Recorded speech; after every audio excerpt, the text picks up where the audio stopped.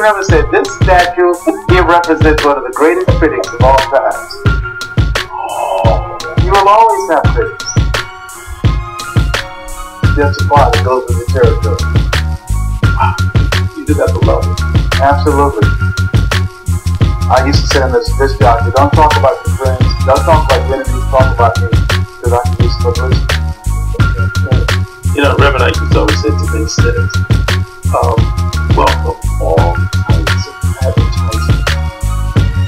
Would you say that people that move forward have the courage to move past other people's opinions? Yes. You know, the Bible says, be of good courage.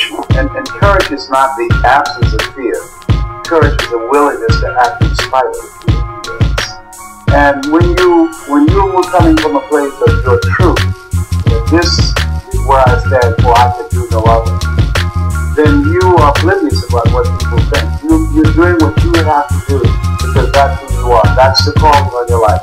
And other people might not understand it, and that's okay. What's most important is you understand that you approve yourself and that you answer the call on your life and that they answer the call on their life. And when you're in business of doing God's work, knowing we're not for ourselves, we're here for God, that is not about you. That you're going to pay a price. There is a price to be paid. And no guts, no glory. You don't have the guts, you will not experience true life, true, real life, the abundant life, because it comes with a price. You get on the airplane, before it takes off, they say, fasten your seatbelt, because you're going to experience some turbulence before reaching a comfortable altitude. And building this ministry, you had some turbulence, you had some heart, you had some criticism, you had to overcome some stuff.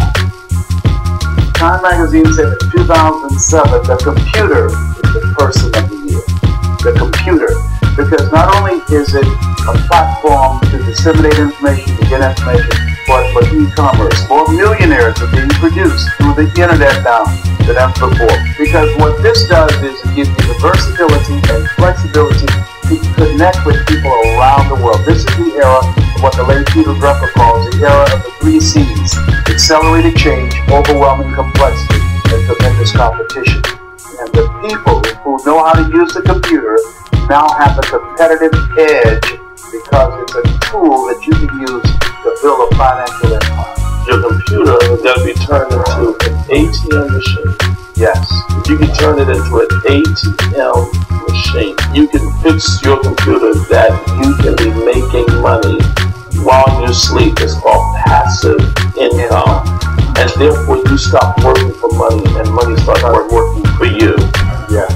The wealth of tomorrow will be how you touch the characters on this keyboard. Yes, but there are people who don't look like you, who speak another language, who will identify you. Jesus said, all power is in my hands. And he said, my sheep will hear my voice.